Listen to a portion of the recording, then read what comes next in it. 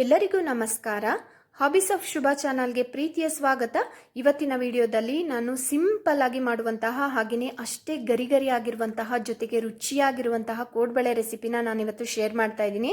ಈ ಒಂದು ಕೋಡ್ಬಳೆನ ಒಂದು ತಿಂಗಳಿಟ್ಟರೂ ಕೂಡ ಅಷ್ಟೇ ಗರಿಯಾಗಿರುತ್ತೆ. ನಾವು ಮಾಡಿದಾಗ ಎಷ್ಟು ಗರಿಯಾಗಿರುತ್ತೋ ಅಷ್ಟೇ ಗರಿಯಾಗಿರುತ್ತೆ. ಒಂದು ತಿಂಗಳವರೆಗೆ ಇಟ್ಟರು ಕೂಡ ಅದಕ್ಕೆ ನಾನು 100% ಗ್ಯಾರಂಟಿ ಕೊಡ್ತೀನಿ. ಈ ಒಂದು ರೆಸಿಪಿನ ಸ್ಟಾರ್ಟ್ ಮಾಡೋದಕ್ಕೂ ಮುಂಚೆ ಚಾನಲ್ಗೆ ಹೊಸಬ್ರಾಗಿ ನೋಡ್ತಾ ಇದ್ರೆ ಪ್ಲೀಸ್ ಸಬ್ಸ್ಕ್ರೈಬ್ ಮಾಡ್ಕೊಳ್ಳಿ. ಓಕೆ, ಇವಾಗ ಕೋಡ್ಬಳೆ ಮಾಡೋದಕ್ಕೆ ನಾನಿಲ್ಲಿ 1 ಕಪ್ ಆಗುವಷ್ಟು ಅಕ್ಕಿ ಹಿಟ್ಟನ್ನು ಹಾಕೊಳ್ತಾ ಇದ್ದೀನಿ. ಒಂದು ಅಗಲವಾಗಿರುವಂತಹ ಪಾತ್ರೆಗೆ 1 ಕಪ್ ಆಗುವಷ್ಟು ಅಕ್ಕಿ ಹಿಟ್ಟು ಹಾಕೊಂಡಿದ್ದೀನಿ.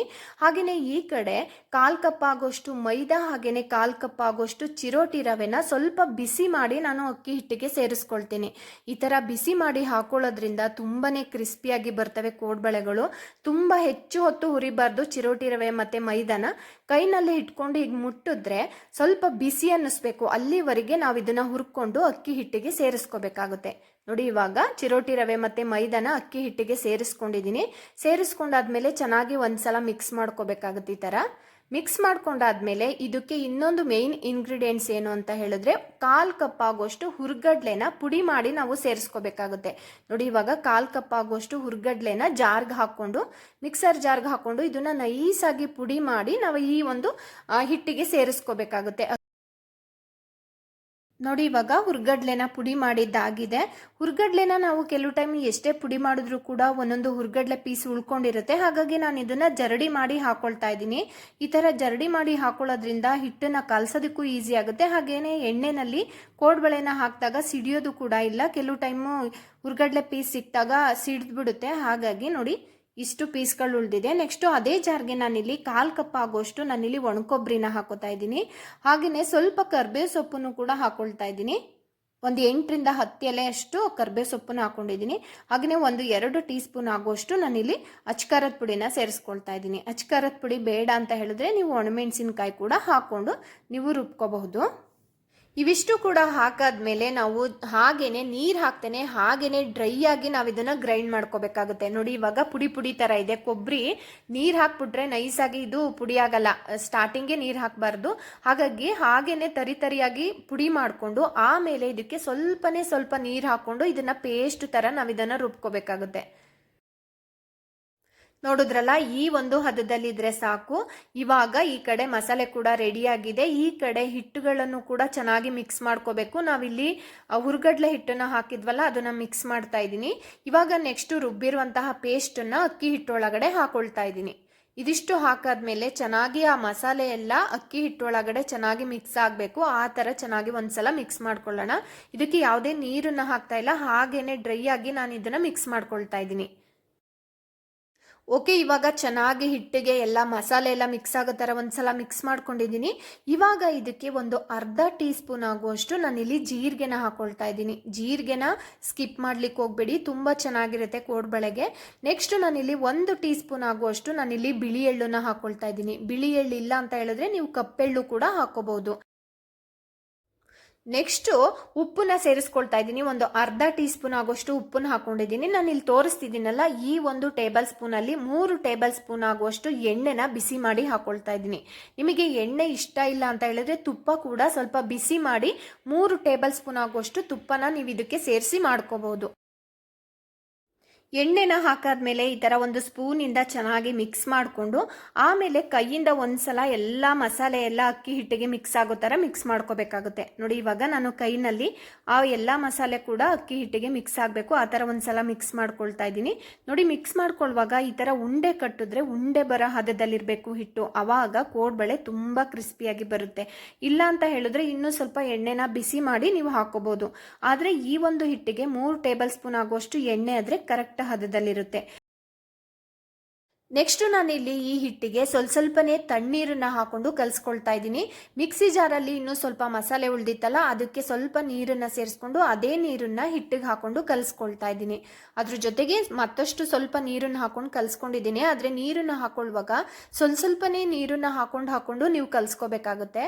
ಒಂದೇ ಸಲ ಹಾಕ್ಬಿಟ್ರೆ ತೆಳುವಾಗ್ಬಿಡುತ್ತೆ. ಹಾಗಾಗಿ ಸ್ವಲ್ಪನೇ ನೀರನ್ನ ಚಿಮ್ಕಿಸ್ಕೊಳ್ತಾ ನೀವು ಗಟ್ಟಿಯಾಗಿ ಈ ಒಂದು ಕೋಡ್ಬಳೆ ಹಿಟ್ಟನ್ನ ಕಲಿಸ್ಕೋಬೇಕಾಗುತ್ತೆ. ಗಟ್ಟಿ ಅಂದರೆ ತುಂಬ ಗಟ್ಟಿಯಾಗಿ ಕಲಿಸ್ಕೋಬಾರ್ದು, ಹಾಗೇನೆ ತುಂಬಾ ತೆಳುವಾಗೂ ಇರಬಾರ್ದು. ನಾನು ಇಲ್ಲಿ ತೋರಿಸ್ತಿದ್ದೀನಲ್ಲ, ಈ ಹದದಲ್ಲಿದ್ದರೆ ಸಾಕು. ಕೋಡ್ಬಳೆನ ಸುತ್ತಂಗಿರಬೇಕು, ಆ ಒಂದು ಹದದಲ್ಲಿ ಹಿಟ್ಟನ್ನು ನೀವು ರೆಡಿ ಮಾಡ್ಕೋಬೇಕಾಗುತ್ತೆ. ರೆಡಿ ಮಾಡ್ಕೊಳ್ಳುವಾಗ ಚೆನ್ನಾಗಿ ನಾದ್ಕೋಬೇಕು. ಎಷ್ಟು ಚೆನ್ನಾಗಿ ನಾವು ನಾದ್ಕೊಳ್ತೀವೋ ಕೋಡ್ಬಳೆನ ಸುತ್ತುವಾಗ ಒಂದು ಕೂಡ ಕ್ರ್ಯಾಕ್ ಬರಲ್ಲ. ಹಾಗಾಗಿ ಚೆನ್ನಾಗಿ ನಾದಿ ಕಲಸಾದ್ಮೇಲೆ ಈ ಥರ ಒಂದು ಲಿಡ್ಡು ಅಥವಾ ಏನಾದರೂ ಒಂದು ಬೌಲ್ನ ಮುಚ್ಚಿ ಒಂದು 5 ನಿಮಿಷ ಇದನ್ನು ರೆಸ್ಟ್ ಮಾಡೋದಕ್ಕೆ ಬಿಡೋಣ. ಈ ಥರ ಮಾಡೋದ್ರಿಂದ ಹಿಟ್ಟು ಸ್ವಲ್ಪ ಸಾಫ್ಟ್ ಆಗುತ್ತೆ, ನಾವು ಕೋಡ್ಬಳೆ ಮಾಡ್ಕೊಳ್ಳೋದಕ್ಕೆ ಈಸಿ ಆಗುತ್ತೆ. ನೆಕ್ಸ್ಟು 5 ನಿಮಿಷ ಆಗಿದೆ. ಇವಾಗ ಇದನ್ನು ನಾನಿಲ್ಲಿ ಒಂದು ತರಕಾರಿ ಹೆಚ್ಚೋ ಮಣೆ ಮೇಲೆ ಹಾಕೊಂಡು ಮತ್ತಷ್ಟು ನಾದ್ಕೊಳ್ತಾ ಇದ್ದೀನಿ. ಈ ಥರ ನಾದ್ಕೊಳ್ಳೋದ್ರಿಂದ ಕೋಡ್ಬಳೆ ಮಾಡೋದಕ್ಕೆ ತುಂಬ ಈಸಿ ಆಗುತ್ತೆ. ನೋಡಿ, ಇವಾಗ ಚಿಕ್ಕ ಸಣ್ಣ ಪೀಸ್ ಮಾಡಿಕೊಂಡು ಒಂದೊಂದು ಕೋಡ್ಬಳೆನ ಮಾಡ್ಕೋಬಹುದು, ಅಥವಾ ದೊಡ್ಡ ಉಂಡೆನ ತಗೊಂಡು ರೋಲ್ ಮಾಡಿಕೊಂಡು ಅದರಲ್ಲೂ ಕೂಡ ಸಣ್ಣ ಪೀಸ್ ಮಾಡಿಕೊಂಡು ನಾವು ಕೋಡ್ಬಳೆನ ಸುತ್ಕೋಬಹುದು. ನೋಡ್ತಿದ್ದೀರಲ್ಲ, ಈ ಥರ ಸಣ್ಣ ಪೀಸ್ ತಗೊಂಡು ಕೂಡ ನಾವು ಮಾಡ್ಕೋಬಹುದು. ನೀವು ಬೇಬಿ ಕೋಡ್ಬಳೆ ಬೇಕು ಅಂತ ಹೇಳಿದ್ರೆ ಚಿಕ್ಕದಾಗಿ ರೋಲ್ ಮಾಡಿಕೊಂಡು ನೀವು ಸುತ್ತಕೊಂಡ್ರೆ ಆಯಿತು, ಅಥವಾ ಅಗ್ಲವಾಗಿ ಅಥವಾ ಮೀಡಿಯಮ್ ಆಗಿ ಬೇಕು ಅಂದ್ರೂ ನೀವು ಮಾಡ್ಕೋಬಹುದು. ನೋಡಿ, ಇವಾಗ ನಾನಿಲ್ಲಿ ಮೀಡಿಯಮ್ ಹದದಲ್ಲಿ ಮಾಡ್ಕೊಳ್ತಾ ಇದ್ದೀನಿ. ತುಂಬ ಚಿಕ್ಕದು ಮಾಡ್ತಾ ಇಲ್ಲ ಅಥವಾ ತುಂಬ ದೊಡ್ಡದು ಕೂಡ ಮಾಡ್ತಾ ಇಲ್ಲ. ಮೀಡಿಯಮ್ ಆಗಿ ನಾನು ಈ ಕೋಡ್ಬಳೆನ ರೆಡಿ ಮಾಡ್ಕೊಳ್ತಾ ಇದ್ದೀನಿ. ನೋಡ್ತಿದ್ದೀರಲ್ಲ, ಈ ಥರ ನಾರು ಮಾಡ್ಬೋದು, ಅಥವಾ ದಪ್ಪದಾಗಿ ಹಿಟ್ಟನ್ನು ತಗೊಂಡು ಉದ್ದಕ್ಕೆ ಈ ಥರ ರೋಲ್ ಮಾಡಿಬಿಟ್ಟು ಅದನ್ನು ಕೂಡ ಸಣ್ಣ ಪೀಸ್ ಮಾಡಿ ನೀವು ಆ ಉಂಡೆಗಳನ್ನ ತಗೊಂಡು ಕೋಡ್ಬಳೆನ ಮಾಡ್ಕೋಬೋದು. ನೋಡಿ, ಇದಾದರೂ ಕೂಡ ತುಂಬ ಈಸಿ ಆಗುತ್ತೆ.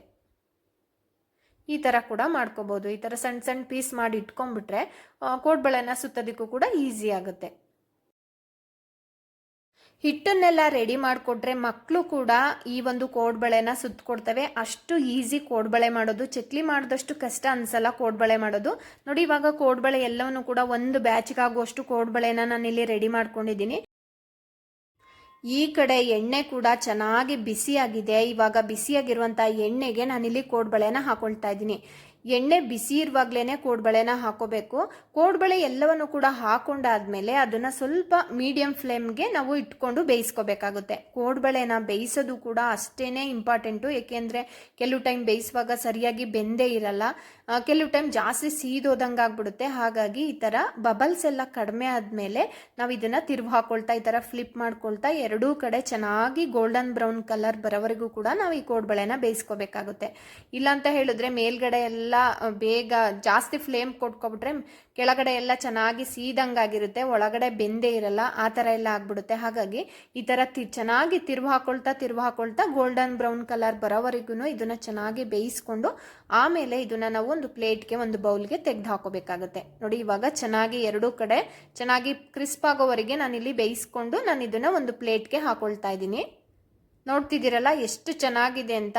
ನೋಡ್ಲಿಕ್ಕೆ ಎಷ್ಟು ಚೆನ್ನಾಗಿ ಕಾಣಿಸ್ತಾ ಇದೆಯೋ ತಿನ್ನೋದಕ್ಕೆ ಅಷ್ಟೇ ರುಚಿಯಾಗಿರುತ್ತೆ, ಜೊತೆಗೆ ಅಷ್ಟೇ ಕ್ರಿಸ್ಪಿಯಾಗಿರುತ್ತೆ. ನಾನು ಅದನ್ನು ತಿಂದು ಕೂಡ ತೋರಿಸಿದ್ದೀನಿ.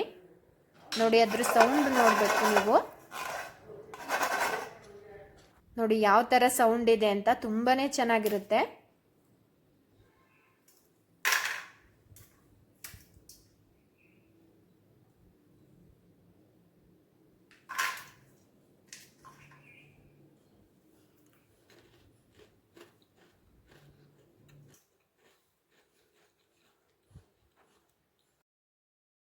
ನೋಡಿದ್ರಲ್ಲ ಎಷ್ಟು ಕ್ರಿಸ್ಪಿಯಾಗಿದೆ ಅಂತ.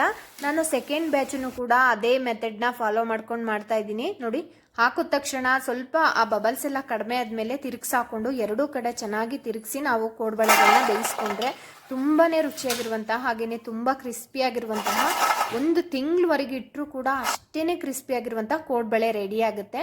ಖಂಡಿತ ಈ ಒಂದು ರೆಸಿಪಿನ ನೀವು ಕೂಡ ಟ್ರೈ ಮಾಡಿ. ಹಾಗೆಯೇ ನಿಮ್ಮ ಫ್ರೆಂಡ್ಸು ರಿಲೇಟಿವ್ಸ್ಗೂ ಕೂಡ ಈ ಒಂದು ರೆಸಿಪಿನ ಶೇರ್ ಮಾಡಿ. ಹಾಗೆಯೇ ನಮ್ಮ ಚಾನಲ್ಗೆ ಹೊಸಬ್ರಾಗಿ ನೋಡ್ತಾ ಇದ್ರೆ ಪ್ಲೀಸ್ ಸಬ್ಸ್ಕ್ರೈಬ್ ಮಾಡ್ಕೊಳ್ಳಿ. ಈ ಒಂದು ರೆಸಿಪಿನ ಮಾಡಾದ್ಮೇಲೆ ದಯವಿಟ್ಟು ಕಮೆಂಟ್ ಮೂಲಕ ನನಗೆ ತಿಳಿಸಿ. Thank you.